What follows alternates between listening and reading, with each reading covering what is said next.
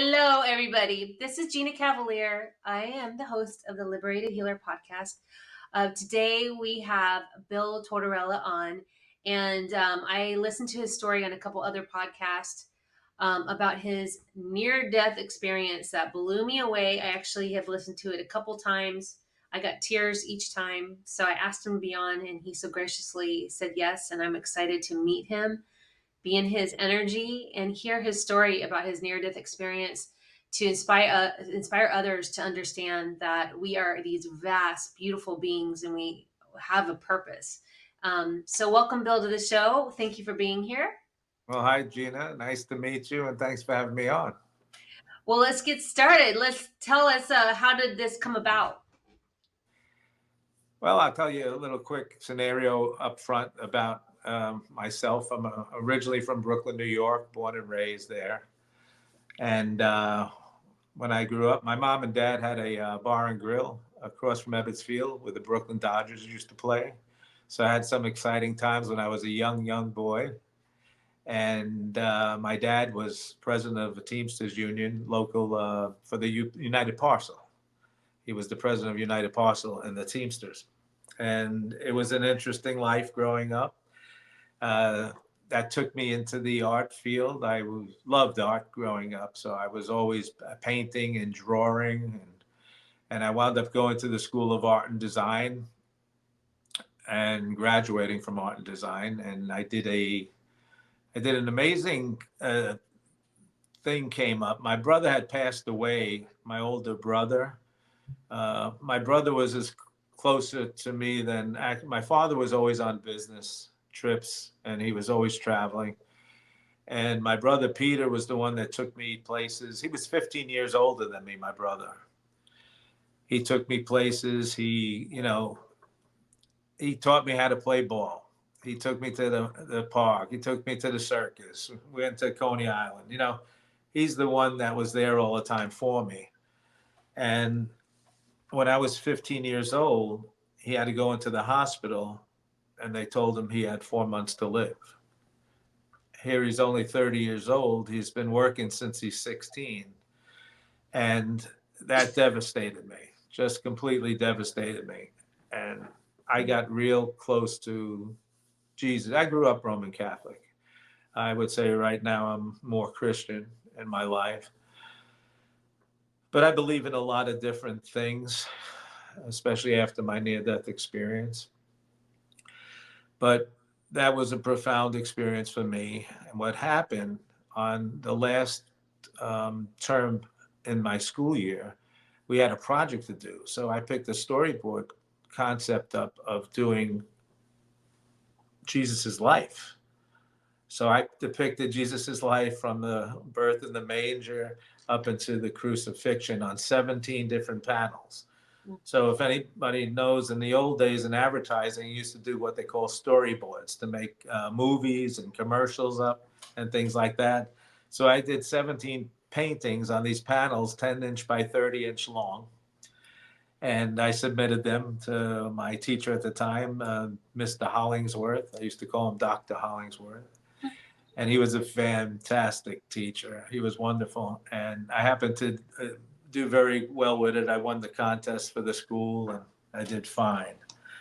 And he said, "What was your inspiration?" I said, "Well, what could be better than the best story ever told?" So he loved it. They displayed it on 2nd Avenue in New York. It was very nice having that. I'll show you how things run together in sequence. My brother had died the year before that, when I was about 16 or just about 16. And after school got finished and I graduated, I'm riding in the city one day and over the NBC, yeah, it was NBC radio comes an announcement that they have the new Andrew Lloyd Webber play, Jesus Christ Superstar, coming out. So they said it was going to be a big contest for the whole country, if not the whole world. The contest wound up having 250,000 contestants. And I went home that night and my head was racing. I couldn't, I just finished the storyboard. So I knew what I was going to do. And I saw Jesus standing 7 feet tall. I went to the lumber yard the next morning. I got 2 plywood boards, 4x8 sheets with 3 sets of hinges. I put it together as a card because it was supposed to be a combination card for the show and for the anniversary of WNBC radio and television for their birthday, their 50th anniversary it was. And I was so excited to get started. I got started on that. So I pictured Christ standing 7 foot tall, the burning mountain in the background with thousands of people, little people on top, walking with torches all the way down to the bottom where they were about 3 or 4 feet. And Jesus' hands were spread out in love, and they were all reaching up to him with their canes and torches and everything. And when I brought that into NBC, they had a big ballroom. And they told me, the lady grabbed me and she says, you got to put this card right in the middle of the room. So there was cards all scattered all around, all different sizes of things, and paintings and pictures, just flat pictures of watercolors and things like that. And I stand the card up. Now this is in, I think, July, or yeah, it was in July because the play didn't open till October. In mid-September, I get a call. Said, Bill Tortorella? I said, yes, this is Bill Tortorella. I said, you have just won the WNBC radio and television card contest for the Andrew Lloyd Webber play, Jesus Christ Superstar. And I thought somebody was playing a joke on me, like one of my friends, because I told them all about it, what I did. And it was real. But so I won it. It was so interesting. But that just happened the way I felt so close to Jesus after my brother died, praying and everything. I was praying for him to live, but he passed and it was his time, I guess. He had liver cancer from nowhere. It just happened. And 4 months later, he was dead. And, and also he died a terrible death. So those things happen. Now I'll take you up to the actual NDE and near-death experience. Yeah. As the years go by, it's now, I am 42 years old. It's 1994. I'm out in Tucson, Arizona. I'm doing about 35 to maybe 38 trade shows a year, all around the country. So all the major cities I covered. If I went out to California, I usually started, our show circuit was the International Gem and Jewelry Show Circuit. So I usually started with San Diego. Then I'd move up to Los Angeles and Santa Monica and do a show at the Civic Center there. Then there was the final show while I was out there. It was in San Mateo up by San Francisco. And it was that January. In February of 94 was the big Tucson show. In Tucson, Arizona. Now, this is hard to believe for some people, but they still have the show going on today, so they can check it out. In Tucson, Arizona, they have the biggest gem and mineral show in the world. And it actually attracts, it goes on for almost 2 weeks, and it attracts, I believe, millions of people. Because not only the convention center is filled with people, but every ballroom in the city is completely filled with vendors. Convention center now, every ballroom, even the hotel rooms have vendors in them where they work and open for the day. And I'm into the show now about 3 days. We're doing really good. I have 3 people working with me down there. And people are, it's the time of year, flu season is running around, colds are running around. But now don't forget, we got people from all over the world coming in. People from South America, Asia, Canada, Europe, all over the world, people coming from.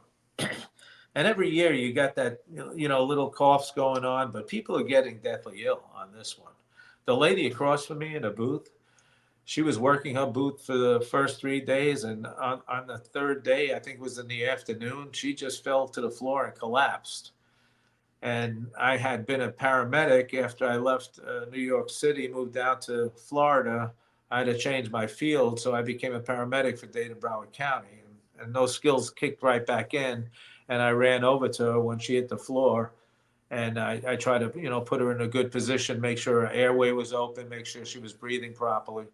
So I was still fine up until the next morning. the next morning when I woke up on that fourth day, my whole throat was swollen. It felt like I had very little airway to breathe. I started running this massively high fever, and I still felt like I had to get into work. So I tried to cool myself down a little bit. I took a whole bunch of aspirin and everything, and Tylenol at the time. And I got into work, and my coworkers looked at me. They took one look at me. They said, "Bill, you got to go to the hospital or go to a clinic or something." So I got down to the hospital, and the hospital was filled with people. It had a lot of people in it. And they said the wait was going to be terribly long. So they asked us if we could go to different, and I think they shuttled us off, if I remember. I think they asked us that we could go to different medical centers around town they had set up because they were seeing so many people for this. They didn't know if it was viral. They didn't know if it was a virus, a flu, or if it was bacterial. They had no idea. But they took a look at me when I got to this medical center. They put me right on a gurney. They said, your levels are messed up and everything. Your oxygen level is very, very low. And I knew that was happening to me because it was hard for me to get my breath. And they hooked me up with IVs right away, and they started giving me antibiotics through the terminal in the IV. And I think I went through about 2 full bags. I was there several hours. I'm not exactly sure how many hours, but I remember going through 2 to possibly 3 bags of IV Wow. drip. And they came over and put in every bag, they put antibiotic in and more antibiotic in because they thought they were fighting possibly a bad bacterial thing Yeah. also. So they wasn't sure on that. So after they got my oxygen levels back up, they got my fever down. I should say they got my fever down for a while. It was down. They said to me, the medical center's closed in the evening. So they said to me, go back to your hotel.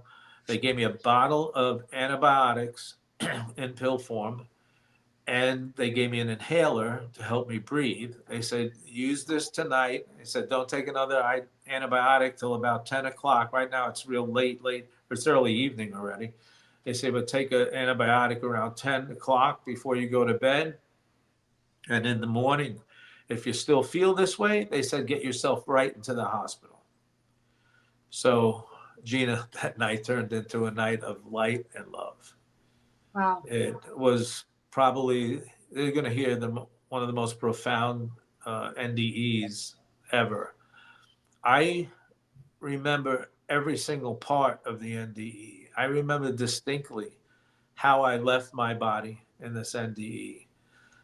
So I fell off after I took my antibiotic. I finally fell off to sleep because it was hard going to sleep for a while. But when I fell off, I physically remember and physically seen myself. I must have took my last breath and I seen myself leave my body through my eyes. They say the eyes are the windows of the soul. And it might be my pineal gland that I left through, but it was so close to my eyes, I thought I was leaving through my eyes. But I left my body in this beautiful glowing mist. It was the color of life itself. I mean, the color, if you take a green and soak it in the summer, in the spring sun, up in the Northeast here on this side of the country, if you're up in the mountains, you know what that is. It's a brilliant green. Well, my whole spirit was that color. My whole being was that color. Now I'm in this beautiful flowing mist of this brilliant color green. That was the color of life. And I could tell you, if you magnified it 100 times, it wouldn't have been enough. It was glowing like you would have a beautiful glowing green neon sign. It was even brighter than that. It was amazing. So now I'm hovering above the body at this time, recognizing it's still my body. And I'm just hovering around the room, but I'm feeling this. Strange feeling. I'm getting a heavy, wonderful feeling of this love just taking my whole being over, my whole spirit over. And it's amazing because I feel this love getting stronger and stronger. Mm. And I believe that once we realize the body is completely dead, the minute I said to myself that that body has no more life left into it, that's when everything lit up from behind. It lit up like a beam of light coming right under me from my back, and it turned me. Now I remember turning. The light physically turned me itself, and this magnificent gateway opened. This gateway was beautiful. It was made up of amazing colors, Mm. and it drew me right into this magnificent tunnel of color. And the colors were whizzing by and in circular motions, and I'm in the tunnel now. And now I start to move, and I'm moving faster and faster and faster. And the faster I move, the more love I'm feeling. But I'm feeling cradled. I'm feeling cradled by this light. It was that beautiful. I'm feeling this love inside me, and it's growing and growing and growing. And I'm moving. It feels like I'm moving at the speed of light, but not feeling a thing, but seeing the colors going by me and whizzing through me so fast. And we're traveling and traveling for a while. I'm feeling like I'm traveling through the cosmos. And now we arrive, which I'll call heaven because I believe in heaven. I believe in God. And I'll never forget this because these were the first words I'm going to say out of my mouth, but I was in complete spirit form at this time, in this beautiful mist. And I said out loud, I heard myself clearly say out loud, and it was so clear, it was brilliant. I said, I'm home. I'm finally home. Thank God I'm home. And then I repeated it over and over. Mm. And on the third time I said it, Gina, on the third time I said it, I hear this soft voice, yes, Bill, you're home in the light of God. And there was there was presence, other spirits all around me. There were family and friends. And the communication was so clear. It Mm. was unbelievable. Telepathy, you could look at these spirits and talk to each other. And it was like we use probably 6, 7%. I don't even know if we use 7% of our mind here on earth. But I think when you're in heaven, I think you get to use 100% of your Mhm. being. And it's pure love you're feeling over there now. So I'm in this complete bliss. I'm feeling close to family and friends. I'm communicating, and they're communicating with me, and it's wonderful. And Antonia says, I am the one that brought you back home. And I said, you brought me back home? I didn't even realize anybody was with me in the tunnel. And that must have been the feeling I had of being cradled, because I felt that I was protected. I felt nothing but loved and protected during that time coming back. I felt a completeness of protection. And it was her. It was Antonia, my Who's guide. Antonia? Huh? Who is Antonia to you? Antonia was one of my guides. She announced Oh, herself as one of my 3 guides that I have. She told me, oh, Bill, I'm Antonia, and I'm one of your 3 guides.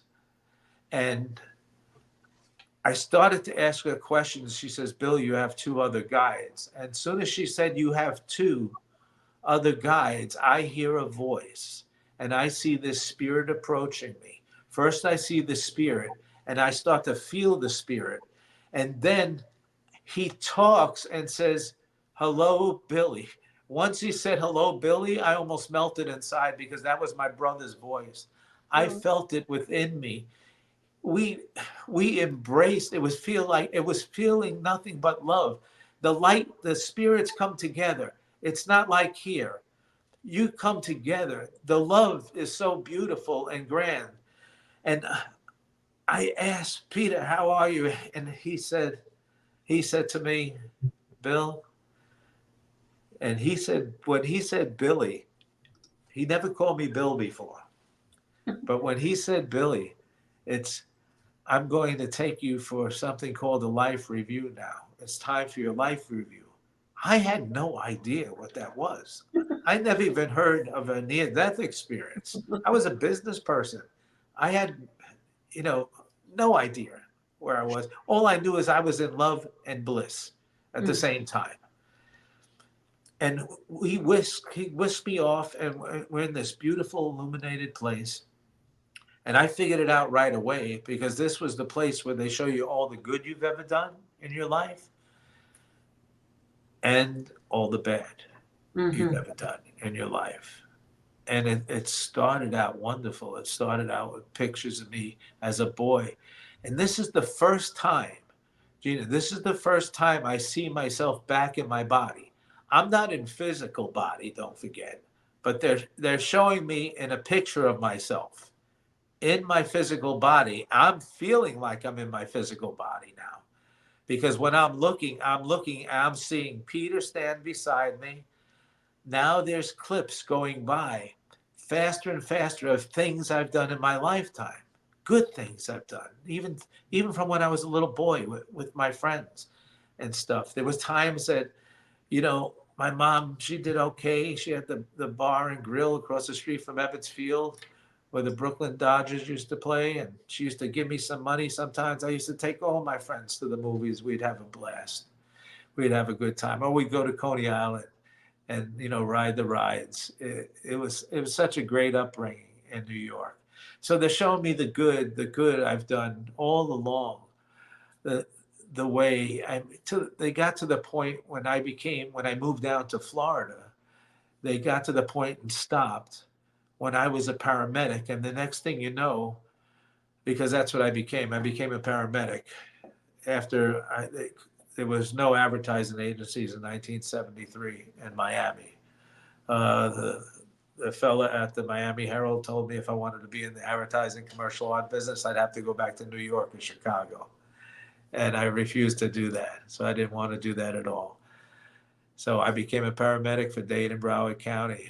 And now we're in our unit. Danny and I, we picked up our unit one morning, got it ready. We're heading up to our station in North Miami Beach, and we're on I-95. Now, our station's on 125th Street. All of a sudden, at about 79th Street, the radio goes off. There's a 317. A 317 meant emergency accident. Now, there's a 317, they said it's on 135th Street, northbound on I-95. So I'm looking at Danny, he's looking at me, and we're saying there's less than a 2-minute ETA. But by the time I picked up the mic and told them to call off the other unit, because our station was still another 10-minute ride away. They had a 10-minute ride to get there. We were right there. Now we're about a minute away from the accident itself. We pull up, arrive at the accident. I see this young boy running around frantically. He's crying, he's frantic. I see scrapes on his face. I jumped out of the unit with my medic bag. Danny jumps out. We're both running towards the young boy, and he sits on the floor and he's pointing. He goes like that. And me and Danny both look over together like that at the same time. And his sister's head is through the window. It's massive. It's a bad accident. Her physical head was halfway through the window. So half of it was inside the car, half of it was outside the car. And the windshield was lodged up into her skull. But when we got there, she still was breathing. She still had a pulse. She was totally unconscious when we got there. Danny looked at me. I looked at him. We had to make an immediate assessment on her because if we would have left her there when this head trauma like that, the head bleeds so badly, she would have bled to death. There was blood over everything. So I said to Danny, I'll go outside. You can stay inside the car with her, and I'll try to ease the top of her head through. So I did that. And now, at this point, I got a handful of gauze pads in my hand. We're racing her back into the unit, holding the top of her head down. Danny jumps in the front. The young brother jumps in the back with me. This girl couldn't have been more than 17, 18 years old, too. She was a young girl. and I'm holding the top of her head down. She's completely unconscious at this time. And now we're in the unit. Danny kicks it in gear, and we're on our way to Parkway General Hospital, which is only about 30 blocks from there, from where we were. It's on 167th Street in North Miami Beach. And we're flying. And all of a sudden, in the unit, she starts seizing. Her body's jumping up and down. And I got her head in my hand. I'm cradling her neck underneath with my bottom hand, and my top hand is holding the top of her head down. And like I said, the head bleeds so bad, so you couldn't see how bad it was, because all the fatty tissues under the skin and everything. But it was bad. We got to the hospital. Everybody was waiting there. They knew the call was coming in, so they whisked her right off into the operating room. I took one look at Danny. I said, Danny, you're full of blood. He looked at me. He said, Bill, we got to head to the station immediately, get our change of clothes. We were on a 24-hour shift, so we were working for the next 24 hours. But that was some tough way to start the day off. So that's where we left her. All day long, all I could do was think about that. It was just on my mind. My mind was twirling, going around. I'm thinking about that. Even after we're picking up, routine calls and things like that, I was thinking about her during the day. Well, that evening, I didn't sleep too good. And my partners in the station were saying, Bill, stop bringing your work home with you. She's dead. She's not alive. It's impossible for her to be alive because she lost so much blood. And Danny was thinking the same thing. And he told me, he said, you know better, Bill. You know, with that much blood loss, she cannot possibly be alive. I said to him, Danny, I woke him up an hour early because it was out of our way to go back to Parkway before we brought our unit back in. I said, I got to go. He said, you got to go where? I said, I got to go back to Parkway. I have to find out what happened to that girl we brought in yesterday. And he told me, Bill, she's not here anymore. She's gone. I said, Danny, you got to go. And he looked at me and he just said, okay, we'll go. And then, so we took off early. We went over the Parkway General, got to the emergency room. I knew a lot of the nurses in the emergency room. They said, they were all smiling for some reason when we came in. I said to one of the nurses, I think her name was Becky, I says, what happened to that girl we brought in yesterday? She walks right up to me, Becky, and she says, you want to meet her? With a big smile on her face. I said, are you serious? She's alive? I said, the hair of my arms was standing up, Gina. The hair of my arms was standing up. I was so thrilled. She brought us right up to her room, and she was sitting up in her bed, eating Jell-O, with a turban wrapped around her head, this high above her head. It was amazing, and she didn't know who we were because she was unconscious. She had a seizure during that time in the ambulance. During that time in the ambulance, on the way to the hospital, her body seized on me while I was holding her neck. I called out for God's help. When I called out for God's help in the ambulance, I was talking to her young brother. I called out, God, help me. And I saw Peter's hand come in on her head in that moment. Peter's hand was with my hand on her head. She did lose that much blood. She should have been dead, but that was miraculous what happened.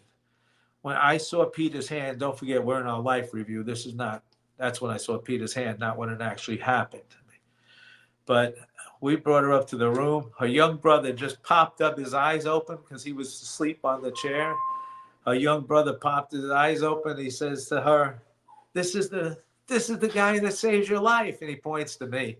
And I was just ecstatic. I mean, it was a wonderful feeling. So those good things, so the good was over and over. And it was just wonderful.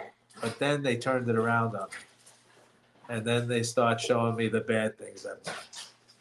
So, as we grow up, we all do stupid things, and bad things too. Not that bad, thank God. I always say, thank God I didn't do nothing that bad in my life. Yeah. to, have, but I did, there was people I hurt in my life and things like that. Uh, the part about the bad side is a little different. It's not as joyous as the good side because you're feeling Yeah. nothing but wonderful love. But the bad side, you feel other people's pain. Mhm. You become their pain. It's that it's that real. So here you are. When I was young and dumb, I had left my first wife with my young child at 2 years old. And being all selfish at that age, I today, I mean, that would never even cross my mind. But at that time, I didn't think that kind of hurt was there. But I became their physical pain. I felt Yeah. it inside. I felt every bit of it. And I remember they showed me that, and it was so bad and so hard on me. And they showed me a few other things. It got so bad, I started screaming, help me, help me. I'm sorry, forgive me, please forgive me. Yeah. God, forgive me. As soon as I said, God, forgive me, everything came down. All that grayness came down. I was back in spirit form again. And now Antonia's standing there, Peter's standing there, and there are these beautiful glowing beams. And Antonia says to me, Bill, look at yourself. And remember, I told you I was floating around this little mist. Well, now I look down at myself. I'm this magnificent beam of light. I am exactly like they are. I'm a beautiful beam, just like the other spirits were, and angels, colors. And it was just beautiful.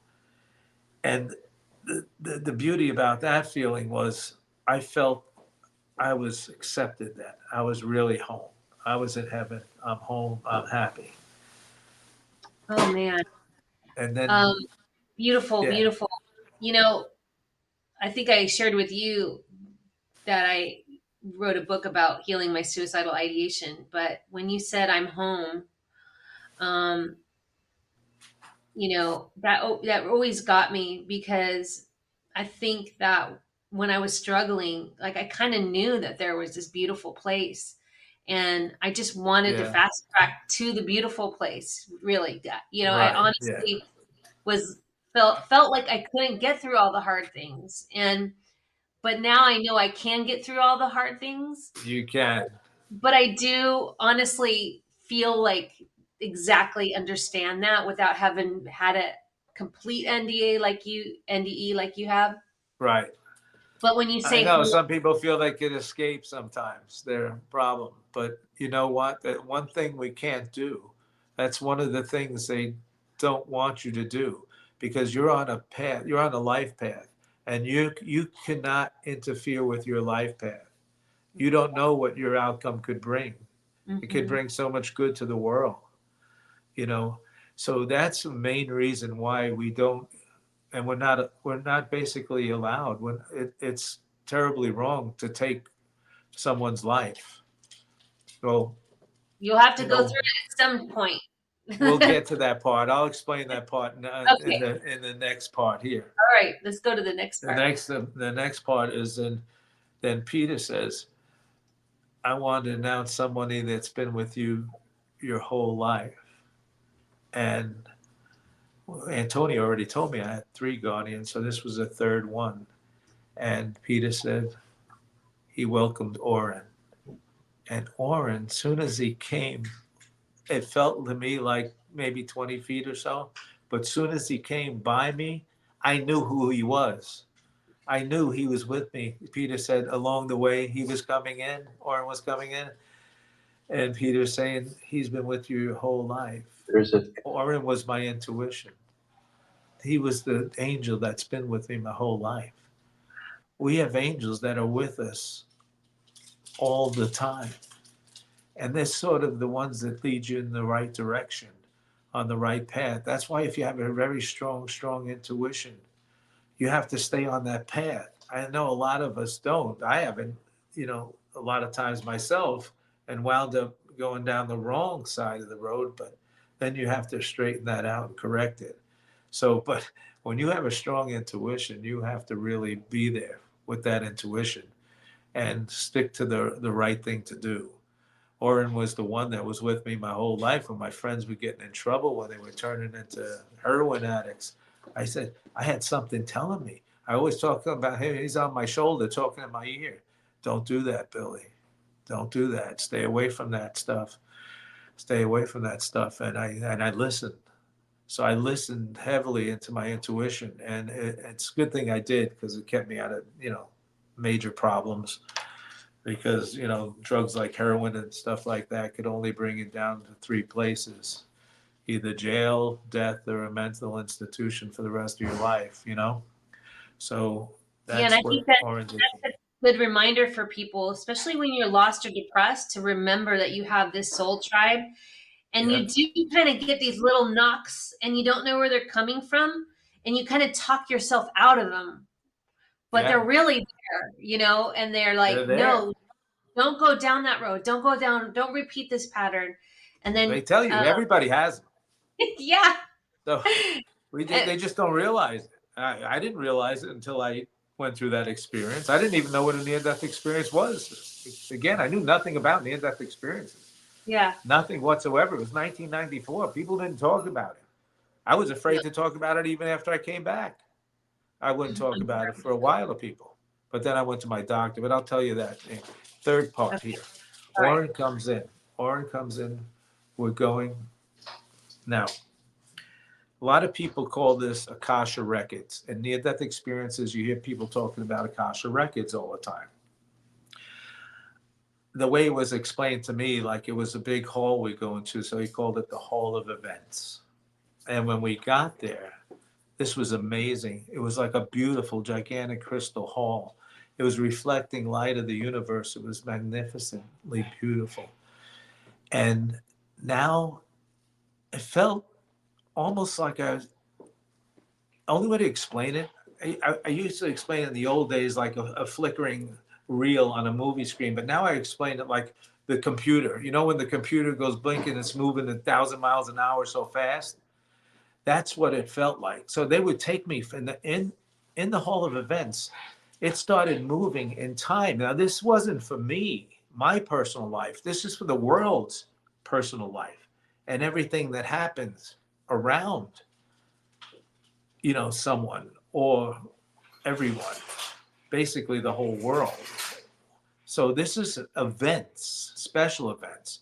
They took me back to wars I never was in. I mean, it was either World War II or Korea. This was before I was born, or was I in them? That's what I have to ask now, because I don't know if I was or not. But those wars was before I was born. They took me right up into the next part they stopped at was, I think it was 1963, when JFK had been shot in Dallas, Texas, the assassination of JFK. And then it started flickering again, faster and faster and faster. I remember before it flickered, I remember how it happened. I was sitting in my classroom and the principal came over the loudspeaker. They used to have these speakers on the wall where the principal used to talk to the classes. And they said he's letting all the schools out early. So he let us out real early that day, that afternoon. And, I went straight home. My mother and Christine, the lady we had working for us, was sitting on the table crying. Usually, every time I went home, my mother and Christine was singing. And, both of them were professional singers. My mother's, she had a chance to sing with the Tommy Dorsey band, the big bands. I don't know if you ever heard of them, Gina, because of your age. But in the 30s, they had these big bands that were really popular. And Tommy Dorsey was one of the biggest bands in the country. And my mother had a chance to sing with them. And Christina sounded like Diana Ross. The lady sings the blues. It was beautiful. It was magnificent. But that day they were crying on the table. And they said, "Did you hear?" I said, "Yes, I heard that JFK got shot." And then we went back into the reel again, I'll call it. And it's just moving and moving, and we're moving we see the killings. I see the killings of all the brothers. I see the killings of Martin Luther King. I see the killings of Bobby. I see the end of Vietnam, and then it takes me up past. It takes me past. It takes me right past my near-death experience, and then I see myself dying in the near-death experience, and then it's moving again, and it's faster and flickering faster and faster. And now it stops at 9/11. Now, I'm from New York. I had a lot of friends working in those buildings. So this was very, very emotional for me. When that stopped at 9/11, now I'm with Orin and Peter, and I think Antonia was there too, but I'm with Orin and Peter. And there's so much clouds and dust and everything, and debris just falling all over the place. But I get frantic. I said, my friends are in that building. And I start to run. And they stop me from running. And they say, Bill, what do you feel? Do you feel this debris? I say, I don't feel anything, Orin. He says, what do you see? Don't forget, there was black smoke. The people were running through black smoke. I say, Orin, I see everything. And he said, Bill, that's because you're not here. I didn't understand that part at all. You know, I thought it might have been happening then. I had no idea what it was. But he says, that's because you're not here. This is your future events. These are things that happen in the future. And then we went in the reel again, and it went faster and faster and faster. And then we stop once again. Now we're stopping at a place where bombs are going off. And people are running again. Instinctively, I start to run and they stop me. Bill, this can't hurt you. Evidently, you still have that acknowledgement of being hurt. The only time you see yourself in full body is in the life review and the hall of events. The other times you're completely in spirit form. So the way I knew, I thought it was Baghdad. This must have been 2002. Was the way that people were dressed, you know, with the turbans and how they dress over there. And I'm assuming that now. I try to go to help the people. Said, Bill, you can't help anybody. Right. From there, it takes me, Gina, to what I believe is these times today. And there's a very important message I want to give to people today. It's a very scary time in our world. People have hatred in them when they should have love in them. This is a time we're supposed to be ascending. Well, there are a lot of people ascending, but there are many, many people that are not ascending. And what's happening here is people have to understand we're in a completely different realm of time now that hasn't happened for over 200 years. The last time we were in this time frame was in the 1700s, and major things happened in those years. It was the first president of the United States, George Washington. It was many things were done in those 20 or 30 years. But we're in that time frame now of Aquarius. And what happens is we're supposed to be ascending to a fifth dimension. And there's a lot of people that are not ascending to that. Because there's too much hate instead of love. There should be love, not hate. And the thing is, I know the outcome of this because they showed me the outcome of this. Okay, but you have to understand, our spirits grow through a relentless process of choice in our lives. Every time we make the right choices in our life, our spirit grows. And it grows and grows and grows. And that's how I think we hit a level of ascension where at someday we don't come back anymore. But I believe in incarnation. I know we've been back over and over and over again. I believe Orin was thousands and thousands and thousands of years old. He was so, he was so, his mind was beyond. I think we use 100% of our minds on the other side in heaven too. It's completely different than here. It's only love and service and kindness that we feel over there. We come here to learn. We come here to feel that sadness. We come here to feel pain. We come here to feel happiness. Although we're happy over there, it's a different kind of happy. It's 100 times better. Well, But so you recognize Peter obviously because your brother. Did you get to see what Orem looked like? Did you get I to see? got to see exactly what Oren looked like in his spirit. You don't Okay. understand. I saw his spirit. The only time I seen him in real life as an elderly gentleman Okay. was in, and he's the only one of us that looked elderly out of the three of us Okay. at the time. That's neat. That's why I'm assuming he was tens of thousands of years old. Yeah. This world hasn't been around one time. This world has been around more than one time, Hmm. over and over again. Prior to what's happened over in Turkey this last year, where they found that dig that's over 15,000 years old, with great, I mean, people with knowledge built that. I mean, they weren't they weren't throwing old bricks and stones at each other. They had knowledge to build those things. How do Yeah. you explain Petri or Petra? What's in how do you explain that? That thing that's carved out in the middle of a desert. And I mean, that thing was cut with a laser. There's magnificent things that have happened in the past here. Maybe another realms, another world. But let's get back to the choices part because this is important because I'll tell you about the future and what they showed me. Okay. Okay, now the choices we make in life, they showed me these choices that I've made. They showed me outcomes. Well, in one choice, there could be 7 different outcomes depending on the way you make the choice.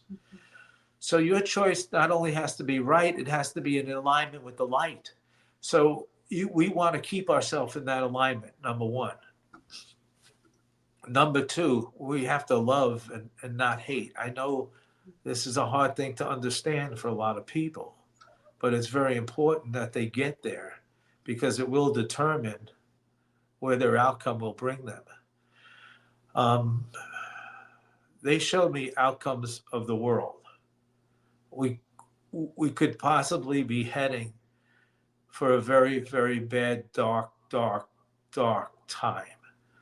I mean, it could be as bad as the explain it in my book as the movie Mad Max, where people literally kill each other for water or food. And then on the other coin, it depends on the realm we're on of choices again. It could be, and it's people think it's up to only certain people. It's not up to certain people. It's up to everyone. Everyone has this ability to make choices, and they have to make the right ones. So they showed me on one choice how it could have 7 different avenues. But the 2 outcomes that they showed me on what will happen in the future was only 2 possible outcomes. One was the bad one I just explained to you, and one was the one that, well, basically, it's beautiful. It's like a utopia here on earth. That's if we all ascend to our next level of ascension. Like I said, which we all should be in by now, and we're not. So something has to happen, and to bring us to that realm. And I believe that I want to give your viewers some good news. I believe that we're all going to be fine. I believe that everything is going to be right again because the good in the realms always outweigh the bad. Hmm. The negativity is low. On the negative force is strong here on earth, but on the other side, it's so low. The Yeah. light overwhelms them by millennia. Yeah. It's so strong. And I'm not telling you that people have to die to get to this. I'm telling you that we can live in this on earth. The final thing in my near-death experience is where they took me in front of the panel of great angels, I call this. This is when all beams of white light. White light is all the colors in the world in one light. Now, these beams of pure white love, knowledge, and wisdom gave me answers to things to bring us all to this realm. They showed me 9 principles, 9 wonderful principles, principles with simplicity in them. They are not hard to follow. There's 9 wonderful principles. I am going to get to some of them in a minute, but I want to explain what happened prior to that. When they first brought me up to the level of I call it a panel of great angels, one angel had come right basically into me. And he's showing me these lines of numbers flowing down, these crystal numbers lighting up, lighting up, lighting up. These numbers like 1s and 8s and 3s and 6s and 9s. These numbers are the ones that are mainly lighting up. Then elements are lighting up. I don't know science that well, so I don't know all the elements, but they're having these streams of light going down in panels, in walls, and bright, bright, bright, the numbers would light. Now, these numbers they showed me, the 1s and the 8s, these numbers are important. The one represents God. In the Christian Bible, 1 is God, and the 8 represents eternity. Now, I'll show you how close religions are. That's why there really is no difference. In the core of all religions, if you really read into the religion itself, the core of the religion is love. And Jesus preached love. So, sometimes I get in a little arguments with some people that throw fire and brimstone because Jesus was all love. And the way the Buddhists teach things, the Buddhists have 108 beads on their string of the beads for their prayers. So they say 108 prayers. Now this 108 is going to come up in sequence a lot. It's not the 0 that's important. It's the prime number. It's the 1 and the 8. So the 1 and the 8 equals 9. The 3 and the 6 are the bottom of the pyramid. The pyramid is shown me with bright light on top. 9 is the strongest number in the universe. Now, the way the Hindus and Buddhists have this number, the Hindus have it in their steeples. They have 108 steeples in their churches. They recite 108 mantras. I was talking to this guru as of late, just a couple of days ago, that explained to me that there's 114 now, but the base core is 108. Now, how they knew that in Hinduism and Buddhism, I have no idea. But these are angel numbers. Tesla knew the 369. Well, Tesla had more than one near-death experience. I believe he either had several out-of-body experiences because he was always playing with electricity, or he had physical near-death experiences. And I believe that's where his information came from, the 369. The 369, I'm going to give you a little information about now. Great. On the 1 and the 8, these are important because this is core numbers. The 3 is 1/4 of the pyramid. The 6 is the bottom quarter, and the 3, the 6, the 9 on top. Remember, so that's the look of it. Everything in our universe has a measurement behind it. We are sitting in position where without these numbers, our world would not exist. We would have no seasons. We would have no tides. The world itself that we live on, our beautiful Mother Earth, would seek to exist. And if you take, for example, take the sun, for example. The diameter of the sun is 864,000 miles across. And it's something like 93 some odd million miles. But when you get the exact numbers or very close to it, you divide the 864,000 into the 93 million and you get 108. These are the same numbers that are on the Buddhist prayer beads, in the Hindu temples. It's the same mantras they sound off. So it gets more interesting than that. You take the moon diameter across is 2,160 some odd miles across on the moon. And it's 233,000 miles something to Earth. When you divide the smaller number into the bigger number, once again, you get 108. The radius of the moon itself is 108. The sun is 108 times the size of Earth. So how did the Hindus and the Buddhists and the Christians know these numbers? I don't know, but I love it. I love well, it. it's interesting when it comes to that. And Jesus died at 33 years old, and I know. we have 33 vertebrae in our body. That's right. I And mean, my life path number is 3. What's yours? 9. 9. So you have a very strong life path number. Your life path number is extremely, extremely powerful. Yeah, And because mine represents the Holy Trinity. oh yeah, and in That's 9, what I was told when I was there. you have to have. There's a different experience for every number, Right. and with 9, you've had to go through all those experiences to It get. goes by your birth date now to figure Yeah. this out. So for the people that don't know, Yep. they could go online and figure out what their life path number is. So And we ought to let people know that.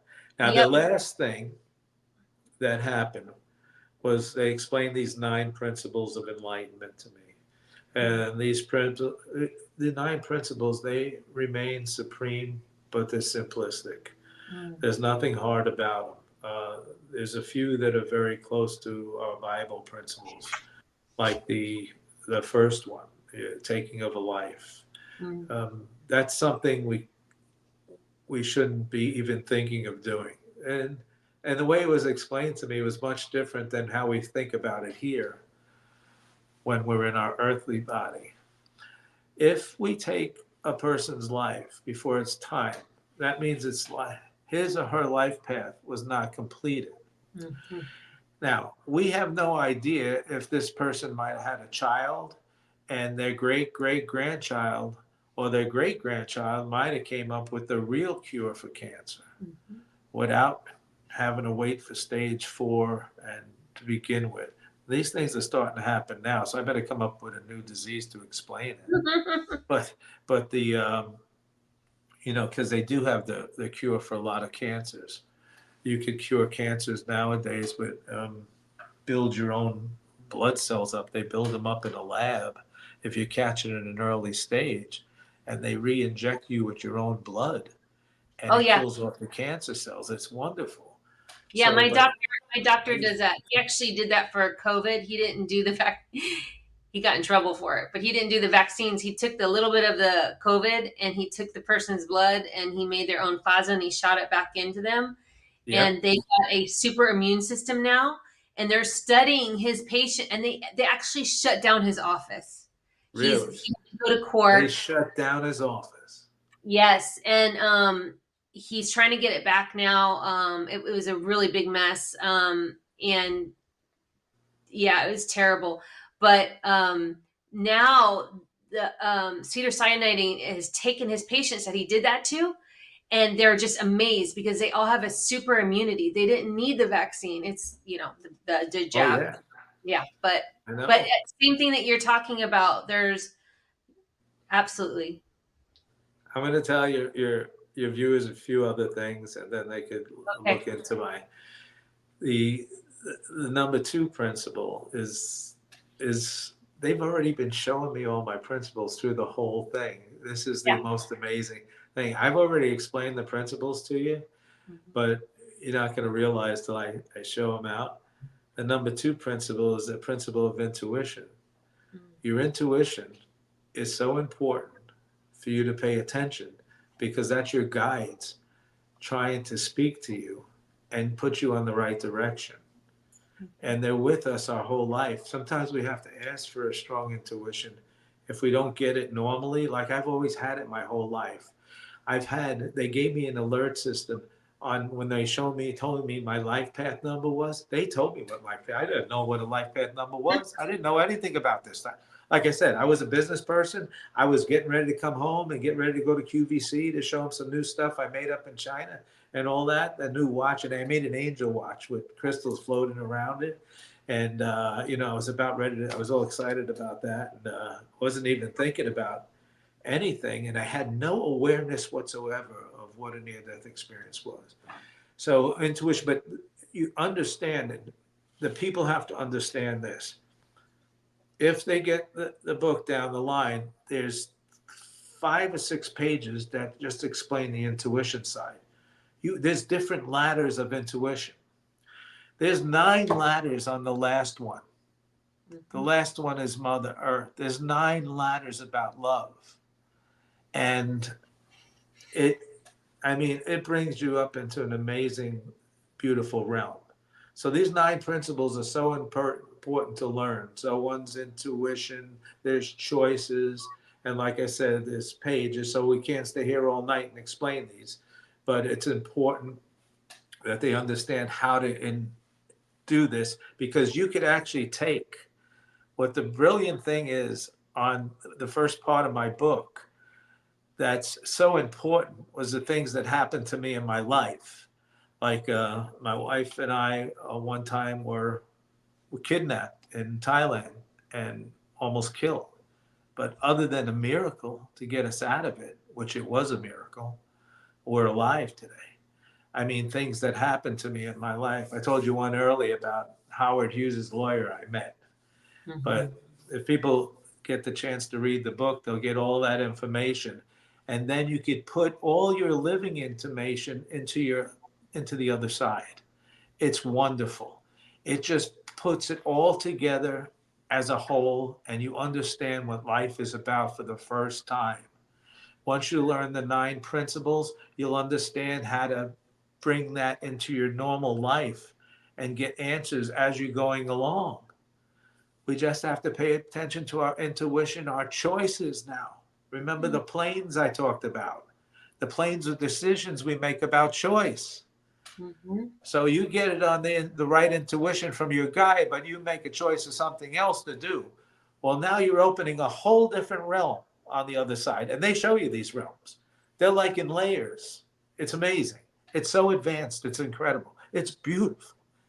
It's wonderful. And all you feel this amazing love like you could never explain. That's why I would never be afraid of fear of death anymore. I lost it from that date. Prior to my near death experience, I had a fear of death, but no longer. No. It's home. I know someday I'll go home again, and that'll be my time to go. But here, I'm supposed to do what I'm doing now. And there's principles about love. There's principles about trying to keep yourself in somewhat of a decent condition because we have to try to keep our body in fairly good health because this is our vessel that we use. This is just a temporary abode. This is not us.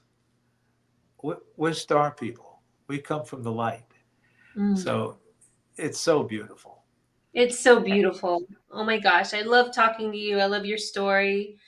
I watched a couple different podcasts with you on it, and I just cried. I felt you, and I felt you. I felt like I knew you, and that's why I reached out to you. But I really did. I thought about your experience the whole night, and about um, you being a paramedic, and you know, I'm curious. A couple different things, really quickly. Before you get into the questions, Yeah. Okay. just let me finish it out. There's one Okay. thing of Okay. importance. The the angel that showed me my life path, the three, also he gave me my alert system, which was 6-6.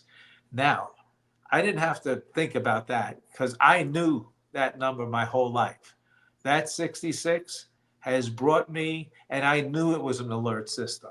I knew it because every time I would see in sequence during the day 6-6, or sometimes 3 days in a row, 6-6 would pop up. So every time I looked up, 6-6 was there. Like I'd be driving, and all of a sudden I'm exit 66. I look down at the speedometer, I'm going exactly 66. I look at my watch, it's 6 past 6, and it happens in sequence like that. That's them explaining to me that something's about to happen. Well, it doesn't have to be bad. It could be good or bad. It's just that something big in your life is about to happen. So everybody has that as well. It's an alert system to put us down and keep us on the right path. Okay? So we have this. The last thing that happened to me, the last thing, a beautiful young spirit approaches me. And she says to me, now, don't forget, I'm in heaven. I'm in full joy. I'm in spirit. I'm in love. I just got all this wisdom from all these beautiful angels. She says, you have to return. At this point, you don't think about the other side, which is here now. At this point, you are home, family in abundance, friends that you've been traveling with for thousands of years. I mean, because we travel in spirit circles. She says, you must return. She says, you have the understanding of the 9 principles. Yes? I said, yes. She says, you must return. I did everything. I remember this. I did everything to try to stay. If I had a body, I would have been kicking and scraping. I mean, to stay. No kidding. And at her final time telling me this, she said, Dad, you must return. Now, I didn't know what she meant by that. When she said, Dad, you must return, I had no idea what she meant because at that time it flashed that my wife was pregnant at home and I was going to become a dad for the second time. I already had my oldest son, Joey, but my middle son, Billy, was in my wife's belly at home. That's why she didn't come with me to the show this time. This was the only time she wasn't with me at the show, working it. And I just assumed it was that. She said, Dad, you must return. I am 6 of 6. I had no idea what that meant. And all of a sudden, boom, I'm taken back in like a vortex. And I'm like almost like a rag doll. It's not as pleasing as going. And as I approach my human body again, I remember starting to feel pain set in. And next thing I know, I'm in the body and nothing moves. All of a sudden, nothing in my body moved. I opened my eyes. I didn't take my first breath yet. The only thing that moved in my body was my throat. So I took a breath in, like when if you were underwater for a long time and couldn't breathe, and you get up and say, you take every bit of air you possibly could get in. That's what happened. And then I'm laying there completely with no feeling in my arms or legs. Just my throat moved and I could breathe. Well, I said to myself, I could breathe, hopefully. And I prayed and I prayed and I prayed. I just had this experience that it was totally unbelievable. Finally, after about 10 minutes or so, you know how when you fall asleep on your arm or leg, it gets dead? You understand that? You've had that happen to you before? Yes. Well, I got the tingles all over my body. The feeling came back. I reached over to the phone. I said, get one of my helpers or someone here to help me. I had 3 people with me at work. So They must have called one of them up because I passed out again. I wound up in the hospital and opened my eyes in there. And that was it. But Oh yeah. the last thing, I'm sorry, but I got to get this out. Okay. In the year 2000, the 6th month, on the 6th day, June the 6th of 2000, my daughter was born. Oh my gosh. And what the six of six? Did you have 6 children? No, I Oh. have 3 children. Oh, okay. I have 3 children. The 6 of 6. The 6 was just my alert sign. I mean, I've Okay. had that my whole life. I recognized that even before my near-death experience. I knew that 6 of 6 meant something, 66. But when she said to me, before they sent me back, I'm 6 of 6, and I begged and pleaded to stay there, she said to me, I am 6 of 6. And then she was born on June the 6th. Wow. Oh 6th my month God. of the 6th day in 2000 with no years behind. Just marvelous. Unbelievable. So the book is The Ninth Level of Enlightenment, The Wisdom of Light. 9th level of enlightenment, the wisdom of the light. That's the book. BillTortorella.com and BillTortorella.com and BillTortorella@gmail.com. okay, and we're going to link everything below. So I guess And I'm in Facebook. Yep. And also Instagram. Okay, great. I'll under definitely my name. You'll be able to find everything below, but okay, so why do you have any understanding of why this kind of came to you or happened to you, just so you could share the message? Or is there any, like, why do you think you were kind of chosen to have this NDE and experience? So I was sent back to be a messenger. Yeah. That's the only reason why I'm here. Yeah. They explained that to me on the other side. They said you understand the 9 principles of enlightenment. It was for these times. Mm-hmm. We're in a time where we have to understand these principles. It will help us ascend much faster. People just have to apply them. And they're so simple. They just have to apply them. That's it. Yeah. Yeah. I'm a loss for words. Or I just love your story. I love your energy, your spirit, and your whole journey. It was amazing. It was so profound. I remember it. It's 30 years ago, and I remember it like it was yesterday still. 30 years has passed, and I remember like I could see it. I remember feeling the love. Yeah. The love's impossible to explain because it's a different love than we feel here. I love that. That's a great point. Yeah, well, it's stronger and better. So we are all love. That all happened before you even got to the hospital, is what you're saying. Yeah. He wasn't even in the hospital. Yeah. No, if I was in the hospital, they would have hit me with defibrillators. I wouldn't have had that. Because you get people that have NDEs all the time. They hit them with defibrillators, and all they did was float above their body. Yeah. That's all they did. Some people got the chance to see a little bit like around. Some people fly away a little bit, and then they pull them back. I had a friend. He went through the windshield. His car hit again. He didn't go through the windshield. He hit the windshield, totally knocked him out cold, broke something in the tip of his skull, and he hopped out of his body. He was driving his truck. He's sitting alongside his body, watching the paramedics pull him out, put him down on the ground, and hit him with the defibrillators. They hit him 3 times. He jumped back in his body. Yeah. And that's how he explained it to me. So you saw 9/11. Did you know the date, or you just saw the energy? No, I had no idea whatsoever. You didn't know when it was coming. So when it came, prior to that, that's when I knew everything was real too. Don't forget, because I went from my near-death experience they showed me right to 9/11. So I had no idea what I saw. Yeah, until I it knew happened. It was 9/11 now because we've seen it happen.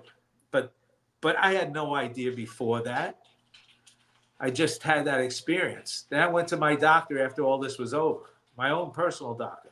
I went home, went right to the doctor. I said, Dr. Mosa, he's been my doctor for over 20 years already, since I was a young paramedic.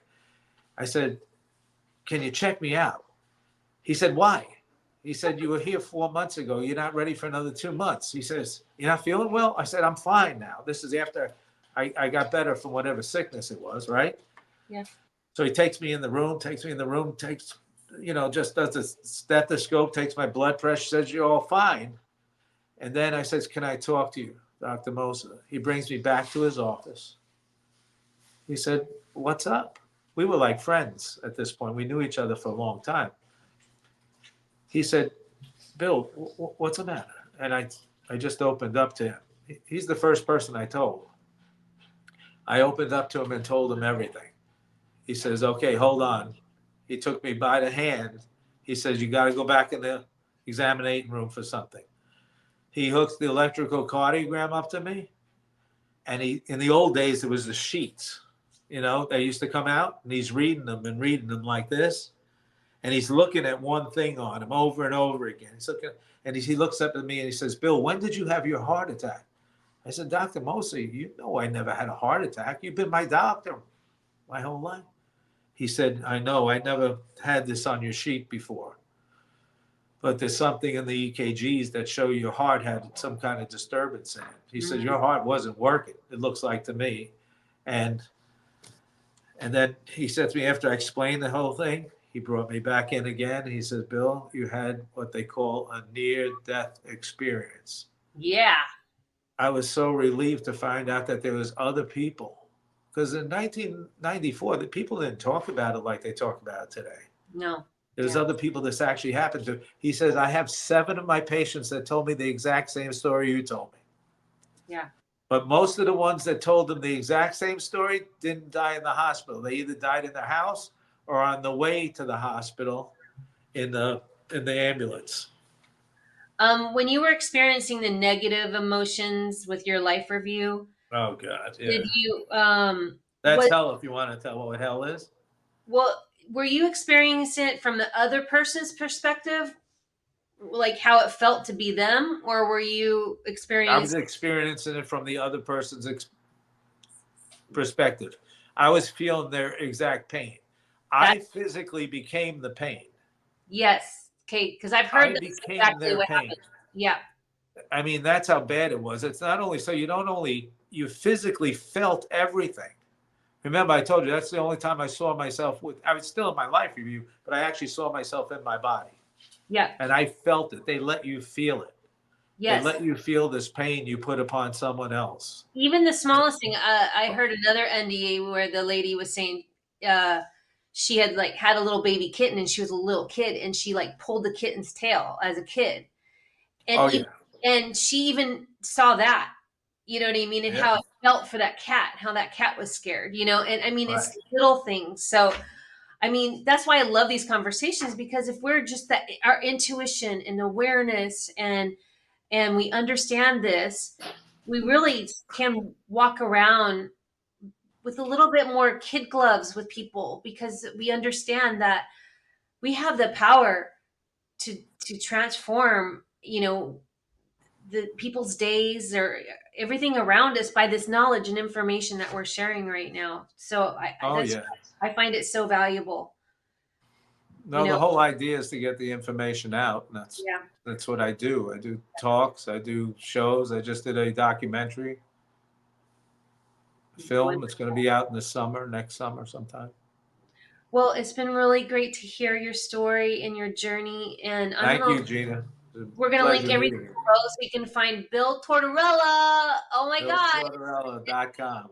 Isn't he just beautiful? He just captured my soul when I seen his spirit. So the 9th level of enlightenment, the wisdom of the light. Yeah, if you have questions about what these 9 things are and you really want to work on it, this is an easy way to do that, pretty easily and quickly.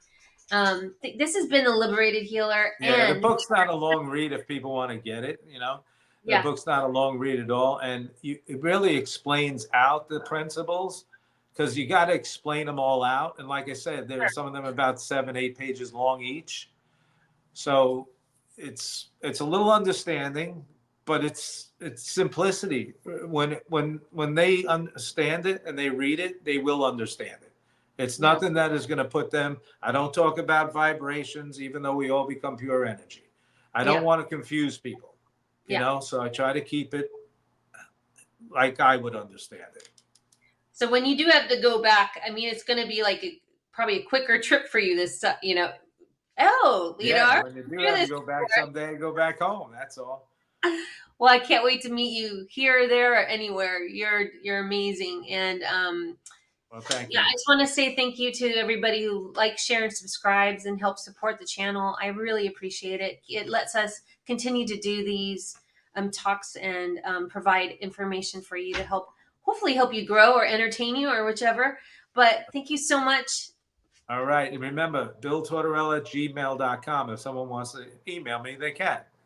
Okay, then. All right. Thank you All so much. right. That's how I found you. Bye. That's for sure.